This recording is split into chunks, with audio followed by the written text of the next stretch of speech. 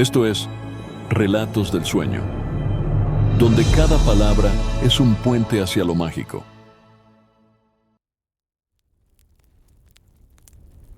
Bienvenido, viajero del crepúsculo, al inicio de una travesía que no es solo una historia, sino un portal. Esta noche te invito a cerrar los ojos, a soltar el peso del día y a permitir que tu mente se eleve, ligera como un suspiro. Vamos a emprender un viaje hacia el pasado, hacia una mañana mágica en la Francia del siglo XVIII, donde un sueño de papel, fuego y aire se transformó en vuelo. Esta no será una simple historia. Será una llave para tu subconsciente, una puerta abierta a un paisaje que habitarás con el cuerpo dormido y el alma despierta. Si estás disfrutando este momento, suscríbete al canal, comparte esta historia con quien necesite soñar y cuéntame en los comentarios si esta noche viajaste en el globo. Y dime, ¿desde dónde nos acompañas y qué hora es allá? Me encanta imaginar esta red de soñadores uniéndose desde todos los rincones del mundo, bajo la misma luna. Ahora respira profundo. Siente el murmullo del viento rozando la tela. Escucha el eco de pasos suaves sobre la tierra húmeda. Siente el aire fresco de la madrugada francesa. En un pequeño taller de la campiña de Annonay se alzan suaves hilos de humo. No de una chimenea, sino de un horno de ideas encendidas. Allí, los hermanos Montgolfier trabajan con manos de alquimista y mirada de poeta. Joseph Michel, con sus dedos manchados de tinta, murmura fórmulas al viento. Jacques Etienne, con su barba corta y su sombrero ladeado, examina una tela enorme, color crema, que reposa como un sueño enrollado, y sobre la mesa, como si aguardara su momento sagrado, hay un pedazo de papel grueso, encerado, perfumado por la resina de pino y la cera de abeja. Una hoja que no escribirá palabras, sino vuelo. La aldea de Annonay aún bosteza entre sombras cuando los primeros rayos del sol acarician los tejados de arcilla. Las gallinas se desperezan. Las carretas chirrían al pasar por los caminos de piedra, y un perfume a pan recién horneado se desliza por las ventanas entreabiertas. Pero esta no es una mañana cualquiera. En cada esquina se murmura un rumor. En el mercado, entre cestos de manzanas y ruedas de queso, las voces se inclinan para decir: hoy volarán. ¿Volarán? ¿Quiénes? Los Montgolfier, los del molino de papel. Dicen que harán volar algo enorme. Como los pájaros, más grande, mucho más grande. Niños con mejillas sonrojadas corren entre los puestos, imitando el sonido del viento con sus labios. Ancianos, con sombreros raídos, levantan la vista al cielo, intentando imaginar lo imposible. Y en las casas, las madres preparan a sus pequeños con esmero, como si fueran a una misa o a presenciar un milagro. El aire está lleno de algo invisible, casi eléctrico. No es solo expectación, es el olor de un sueño al borde de volverse real. Mientras tanto, en lo alto de una colina al este del pueblo, un claro se abre entre los árboles. Allí se ha construido una plataforma rudimentaria, de madera firme, atada con sogas y reforzada con clavos de herrero. Sobre ella, descansando como una criatura dormida, yace el globo. No es redondo aún, no flota, pero su forma ya insinúa algo majestuoso. La tela, tejida con lino y papel, cosida a mano durante semanas, parece susurrar con la brisa de la mañana. Las primeras aves cruzan el cielo en una danza lenta, como si supieran que algo nuevo está por unirse a ellas. Aún antes de pensar en globos, los Montgolfier ya soñaban con el cielo. En su infancia, cuando las noches eran largas y el viento susurraba secretos entre los árboles, Joseph Michel observaba las aves como si fueran mensajeras de otro mundo. Se preguntaba qué las sostenía, qué fuerza invisible las alzaba, y por qué los humanos solo podíamos mirar desde abajo. Jacques Etienne, más práctico, más metódico, anotaba todo lo que su hermano imaginaba. Juntos eran el equilibrio perfecto. Uno soñaba, el otro construía. Uno hablaba con las estrellas, el otro medía las distancias. En su juventud, heredaron el negocio familiar de papel. Pero lo que para otros era comercio, para ellos era magia.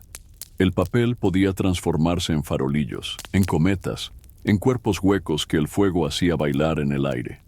Una noche, junto al hogar encendido, Joseph Michel arrojó una camisa arrugada sobre la boca de la chimenea. Para su sorpresa, la tela se infló, elevándose un instante antes de caer. Sus ojos brillaron. La idea había nacido. Si el aire caliente puede alzar una camisa, susurró. Puede alzar algo más grande, respondió Etienne, terminando su pensamiento como solía hacerlo. Y desde ese instante, el sueño se convirtió en obsesión. No buscaban fama ni fortuna, buscaban comprender. Querían tocar el cielo con algo que saliera de sus manos. Querían demostrar que el aire no era solo espacio, sino camino. Construyeron modelos pequeños. Fallaron. Se quemaron las manos. Volvieron a intentar. Y cada intento los acercaba más a lo imposible. Por las noches leían manuscritos sobre los elementos. Por las mañanas recolectaban tela, pegamento, papel y esperanza. Era una tarde tranquila, casi suspendida, cuando el primer globo se alzó. El lugar elegido fue un campo despejado, a las afueras de Annonay. No había multitudes aún, solo unos pocos curiosos, obreros del molino de papel, campesinos cercanos y algún viajero que, por azar o destino, presenciaría la historia tomar forma.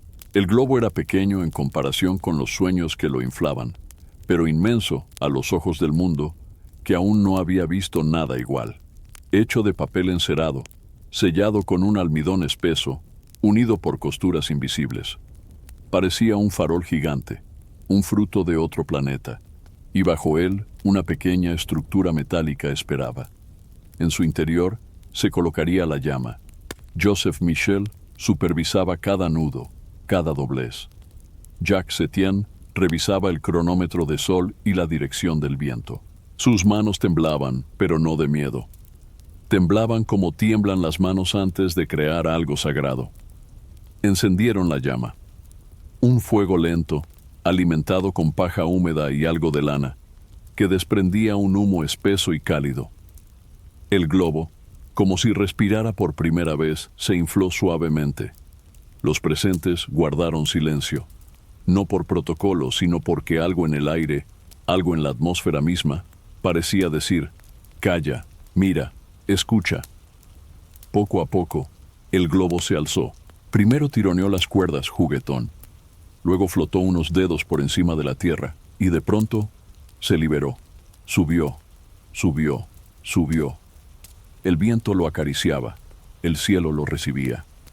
Y todos abajo se quedaron quietos, con los ojos húmedos de incredulidad. No duró mucho, tal vez unos minutos, pero fueron minutos eternos. El globo descendió suavemente a unos cientos de pasos. No se incendió, no se deshizo. Volvió a la tierra entero, como quien regresa solo para decir, sí, se puede. Esa noche, la aldea durmió distinta, y los hermanos, en lugar de celebrar, comenzaron a trabajar en algo más grande. Versalles, donde los jardines se extienden como océanos de geometría viva, donde cada fuente canta su propio idioma, donde el aire está perfumado de azahar, de lujo y de intriga. Era septiembre de 1783, cuando el rey Luis XVI, la reina María Antonieta y la corte entera fueron invitados a presenciar un evento sin precedentes. El rey, curioso como un niño disfrazado de monarca, accedió encantado. Una máquina voladora, un globo que se eleva sin alas, tenía que verlo. Los Montgolfier sabían que este era su momento. Si lograban impresionar al rey, abrirían el cielo para siempre. El globo era mucho más grande esta vez, 17 metros de alto, decorado con azul real, dorado, emblemas del zodiaco y soles resplandecientes. Una obra de arte, suspendida aún sobre la tierra, como si esperara una señal divina. Pero no sería un humano quien lo probaría por primera vez en presencia de la realeza. No aún. Dentro de una pequeña cesta tejida a mano, colocaron a los primeros pasajeros. Un gallo, una oveja y un pato. ¿Por qué ellos? El gallo, símbolo de vigilancia. La oveja, por ser tranquila y frágil, y el pato, por ya conocer aire y agua. La corte contenía la respiración. El rey bebía vino, los niños sostenían pañuelos perfumados, y entonces, el fuego. El humo se arremolinó, subiendo con fuerza. El globo se infló con solemnidad. Las sogas se tensaron, y luego, soltaron. El globo se alzó ante una audiencia real. Los animales no gritaban ni forcejeaban, solo miraban desde lo alto, como si hubieran nacido para volar. Y el globo flotó sobre los jardines de Versalles, sobre los lagos, sobre las fuentes. Una burbuja de fuego y seda en el aire de Francia. Descendió con suavidad tras 8 gloriosos minutos. Los animales estaban sanos, el gallo cantó, y el rey, con una sonrisa más grande que su corona, murmuró: «Tal vez, pronto será el turno del hombre». Y así, en medio de la pompa real y los murmullos de los nobles, los primeros seres vivos que surcaron los cielos no fueron héroes, ni sabios, ni soldados. Fueron una oveja, un gallo y un pato. Los cronistas de la corte lo escribieron con asombro, casi con ternura. Los animales han viajado por el cielo y regresado ilesos. Pero lo que no pudieron anotar fue el silencio mágico que envolvió el aire en esos minutos. Un silencio como el que precede a una revelación. Imagina, oyente soñador, estar allí entre la multitud mirando al cielo. El globo, como un planeta flotante, gira lentamente en el aire. El sol de la tarde ilumina la seda decorada con emblemas. Y los animales parecen no temer. La oveja se queda quieta, quizá confiando. El pato se acomoda como si estuviera en una barca. Y el gallo, eterno centinela, clava la mirada más allá del horizonte, como si viera el futuro. No hay en ellos rebeldía ni susto, solo una extraña calma. ¿Será que los animales sienten el sueño de los humanos? ¿Será que entienden, sin palabras, cuando algo histórico sucede? Cuando el globo aterriza, los tres son recibidos como visitantes celestiales. La corte se acerca. Los estudiosos los examinan. Los niños los señalan con asombro, pero los Montgolfier no se detienen a festejar. Ya están pensando en lo que viene, porque ahora lo saben. Es posible. El cielo acepta visitantes. El viento había hablado. El fuego había cumplido, y los animales habían vuelto con vida. Los ojos del mundo se abrieron un poco más, y con ellos, los corazones de quienes soñaban con volar. Ahora, ya no era una locura, ni un experimento. Era una promesa. Los hermanos Montgolfier recibieron la bendición del rey para continuar, pero con una condición. Los próximos en volar debían ser hombres, no soldados, no reyes, no campesinos al azar. Hacía falta alguien dispuesto, alguien valiente, alguien que pudiera llevar la voluntad de la humanidad más allá del suelo. Y en los pasillos de la ciencia y la nobleza comenzaron a surgir nombres. Uno, en particular, resonó con fuerza y determinación: Jean-François Pilatre de Rosières, un profesor, un químico, un explorador del conocimiento. Y más que todo eso, un soñador sin miedo. Había estudiado el globo, lo había tocado, lo había amado desde el primer instante. No lo veía como una máquina, lo veía como un nuevo órgano del ser humano. Un corazón de aire caliente que podría cambiar la forma en que habitamos el mundo. Se ofreció, no pidió oro, no pidió títulos, solo pidió volar. Y mientras tanto, en Annonay, en París, en Versalles, en cada rincón de Francia, la noticia se extendía como un susurro entre el trigo: el hombre volará. Imagina estar allí, escuchar a la gente hablar de ello con asombro y temor. Algunos decían que el cuerpo humano no resistiría, que el aire allá arriba era venenoso, que los pulmones se apagarían como velas en un cuarto sin oxígeno. Jean-François Pilatre de Rosières caminaba como quien ya había estado en el cielo. Sus pasos eran firmes, pero su mirada se perdía hacia arriba, como si conversara con nubes que nadie más podía ver. Desde pequeño había sentido que el mundo era demasiado plano para sus pensamientos. La Tierra le parecía una base útil, pero no definitiva. Le fascinaban los gases, los vapores, el calor invisible. Y cuando escuchó del globo de los Montgolfier, no dudó un instante. Yo debo volar. No era temerario, era curioso. Y en su curiosidad habitaba una calma tan poderosa que convertía el miedo en impulso. Se presentó ante los hermanos con una sonrisa serena y los ojos brillando de certeza. He estudiado vuestras notas, vuestros planos, vuestras pruebas. ¿Y qué opinas?, preguntó Jacques Septién. Jean-François respondió sin vacilar, que está listo, que yo estoy listo. Los Montgolfier lo observaron en silencio. Sintieron que no hablaban con un hombre, sino con un puente entre la tierra y el cielo. Durante semanas trabajaron juntos. Ajustaron el diseño del globo, aumentaron el tamaño de la cesta, perfeccionaron la mezcla de combustibles y, sobre todo, imaginaron. Imagina, oyente sereno, la escena. Los tres en un campo al amanecer. El globo extendido sobre la hierba como un manto sagrado. Los pájaros callando. El sol apenas dorando el horizonte. Y en el centro, Jean-François, tocando la tela con devoción. Este será mi templo, dijo una vez. Y también mi barco, y también mi tumba, si ha de ser. No hablaba con drama, sino con entrega, como quien se funde con lo que ama. En las noches, dormía cerca del globo. Decía que quería acostumbrarse a su respiración, que el globo también tenía alma, y que había que aprender a escucharla. París se desperezaba entre nieblas suaves, como si la ciudad entera respirara más lentamente. Porque algo, en su corazón antiguo, sabía que el día que venía no sería uno más. Era el 21 de noviembre de 1783. Un día que quedaría escrito no solo en los libros, sino en los sueños de todos los que alguna vez miraron al cielo y se preguntaron, ¿y si?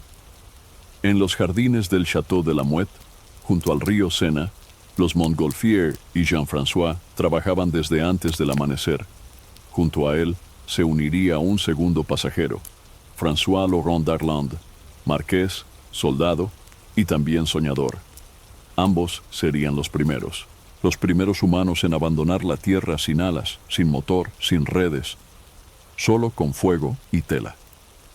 La estructura del globo era grandiosa, 20 metros de altura, un tono azul profundo adornado con soles dorados, flores, signos celestiales.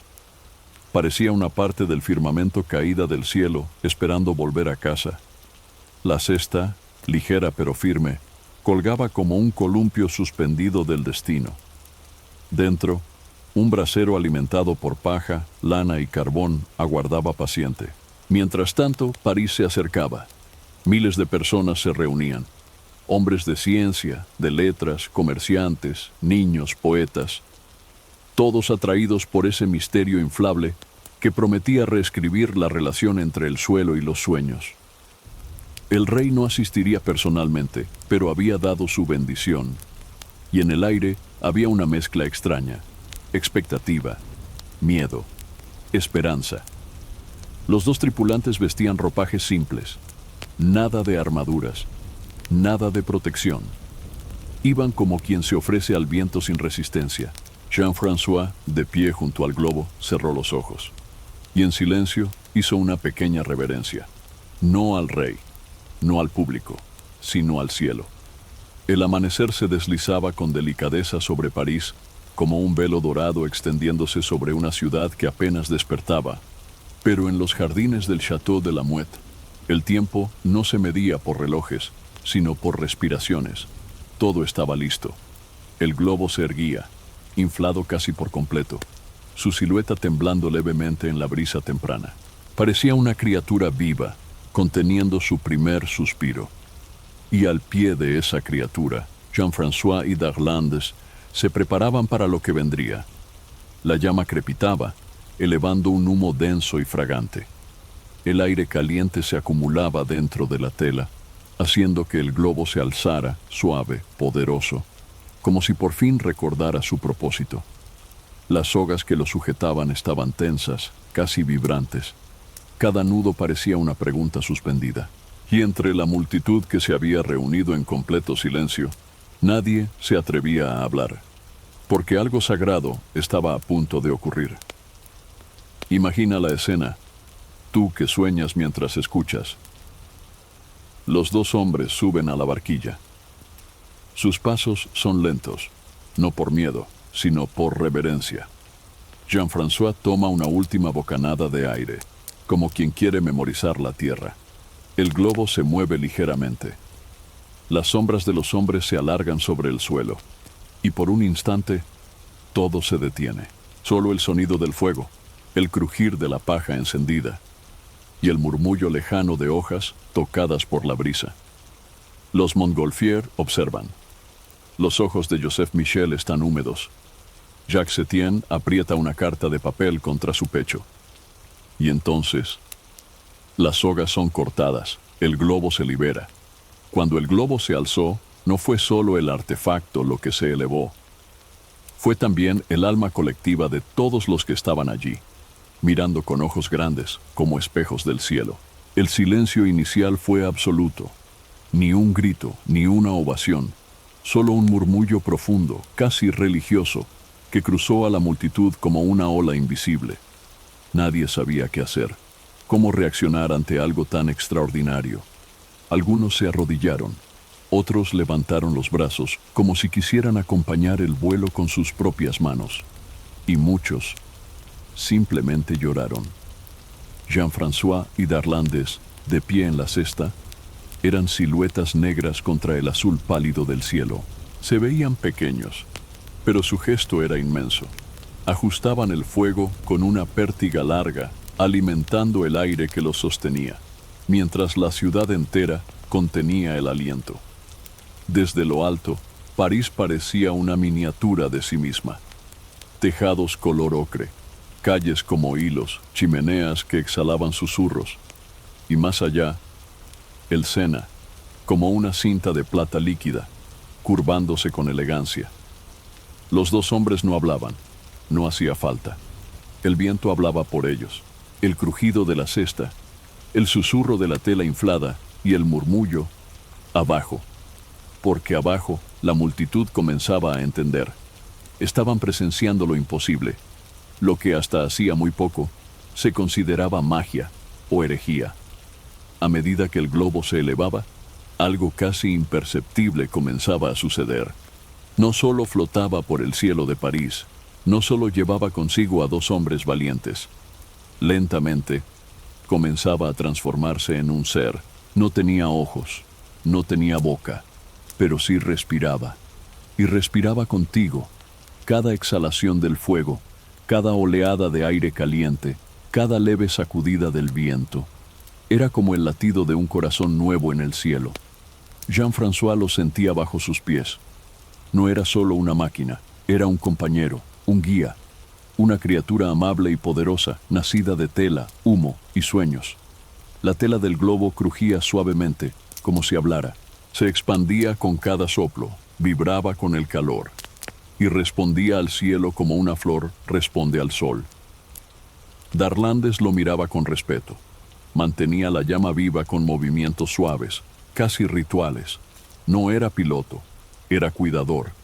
Y mientras flotaban, París se volvía una mancha lejana. Las torres de iglesias, los jardines reales, los caminos rurales. Todo se encogía bajo sus ojos. Todo se volvía pequeño, menos el silencio. Un silencio pleno, acogedor, como el que tú puedes sentir ahora. En este instante tranquilo, donde tu respiración y la del globo se hacen una, donde ya no estás en una cama, sino en una cesta de mimbre suspendida por el viento de otro siglo. En todo viaje hay un instante, un segundo suspendido en el tiempo, en el que se deja atrás el mundo conocido. Para el globo de los Montgolfier, ese momento llegó con un leve chasquido, el sonido de las últimas cuerdas al ser cortadas, las amarras, aquellas que lo mantenían atado a la tierra, a la certeza, al peso, al control, ya no existían. Fue como si el universo entero contuviera el aliento. El globo no saltó, no tembló, no se precipitó, simplemente flotó, como un pensamiento suave que se libera en la mente antes del sueño.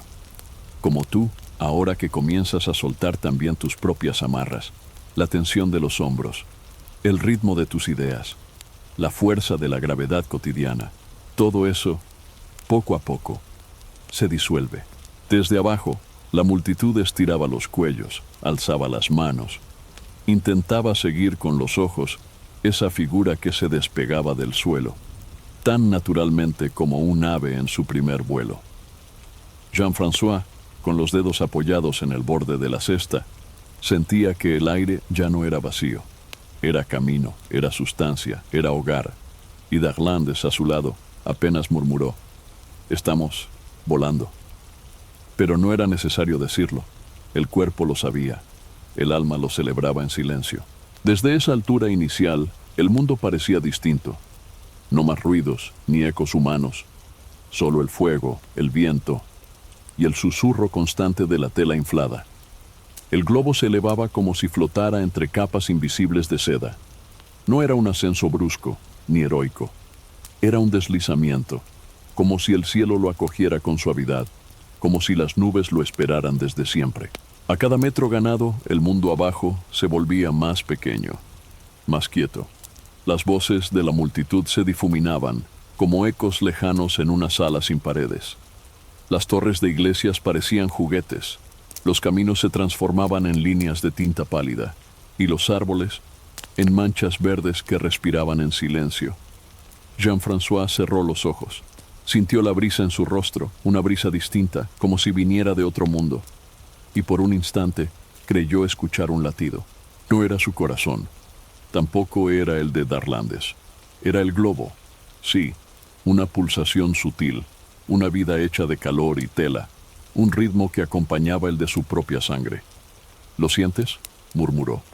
Darlandes asintió sin hablar. El silencio era el idioma del momento.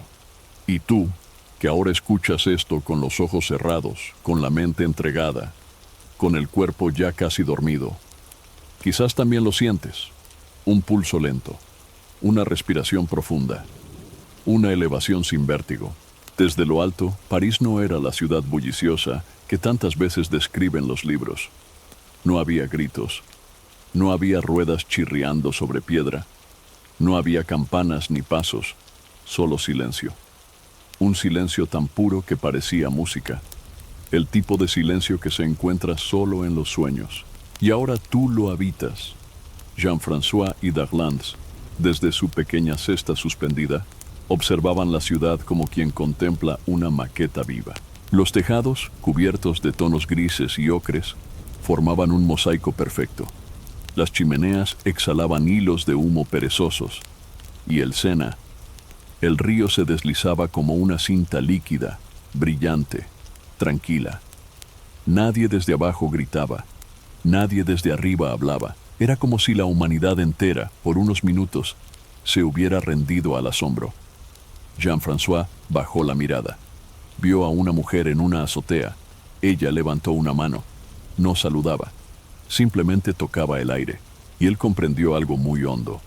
No estaban solo volando. Estaban mostrándole al mundo otra forma de ser. Una forma más suave, más liviana, más abierta. Y tú, que ahora flotas entre imágenes y sensaciones, quizás también sientes que tus pensamientos se han vuelto más ligeros, que el ruido de tu día ha quedado atrás, que solo quedan estos tejados silenciosos y tú sobre ellos. Más alto aún, el globo, con su panza de seda y su aliento cálido, continuaba subiendo, hasta que ya no era solo París lo que se veía abajo. Era el mundo. Una curva suave en el horizonte, una paleta de colores que cambiaba con cada metro ascendido. Los verdes se volvían jade, los grises se tornaban perla. El cielo ya no era solo azul, era un océano invertido. Jean-François respiró hondo. El aire era más claro allí arriba, más delgado, sí, pero también más verdadero, como si cada bocanada fuera una oración silenciosa. Darlandes sostenía el borde de la cesta con ambas manos, sus nudillos blancos no por miedo, sino por asombro. Abajo, las ciudades desaparecían. Los caminos se difuminaban. Las fronteras se borraban. Desde el azul, la tierra parecía una sola cosa, un solo cuerpo, un solo ser, y el globo, suspendido como un latido entre dos mundos, era su punto de contacto con el cielo. No todo vuelo termina con un aterrizaje. Algunos simplemente descienden, como una hoja que cae sin peso, sin prisa, sin ruido. Así comenzó el regreso. El fuego, antes vibrante, fue alimentado con más mesura. La llama decreció suavemente. El globo, ya saciado de cielo, comenzó a entregarse a la gravedad, pero lo hizo con elegancia, como quien no cae, sino que se entrega. Jean-François y Darlandes apenas hablaban. No había palabras que pudieran abrazar todo lo sentido. Solo miraban. Miraban cómo el horizonte volvía a estirarse, cómo los detalles regresaban, las copas de los árboles, los caminos, las sombras largas de la tarde. El aire era más cálido al bajar, más denso, más humano. Y sin embargo, algo en ellos se había transformado. No volvían como se fueron. Ahora eran parte del cielo. Habían respirado su silencio, habían sentido su abrazo. Tú, que flotas junto a ellos en esta historia, también comienzas a descender, no bruscamente, no como quien cae del sueño, sino como quien se desliza hacia un descanso más profundo, más acogedor. El momento en que la cesta tocó tierra no fue un estruendo. No hubo sacudidas ni alaridos. Fue un roce leve, una exhalación, como si el globo, al regresar al suelo, pidiera permiso para despertar a la realidad. Unos metros más, un crujido suave, un suspiro final del brasero aún tibio. Y luego, silencio. Jean-François y Darlandes miraron a su alrededor. No había una multitud esperándolos esta vez, solo el campo, la hierba meciéndose al viento, y unos cuantos árboles que los recibían como antiguos sabios testigos. Tocaron el suelo con las manos, no por caerse, sino por gratitud. Estaban vivos, habían volado, habían vuelto, y aunque todo parecía igual, nada lo era. Sus cuerpos, aún agitados por el eco del cielo, se sentían más ligeros. Sus ojos veían de otra manera, y en sus corazones, una llama distinta, inapagable. Aquel vuelo terminó, pero el sueño no. Porque hay viajes que no regresan del todo. Hay historias que, aunque toquen tierra, siguen flotando en lo invisible. Y este fue uno de esos. El globo descendió. Los hombres regresaron.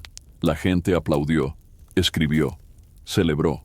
Pero lo que verdaderamente voló aquella mañana de noviembre de 1783 fue algo mucho más profundo, más liviano, más eterno.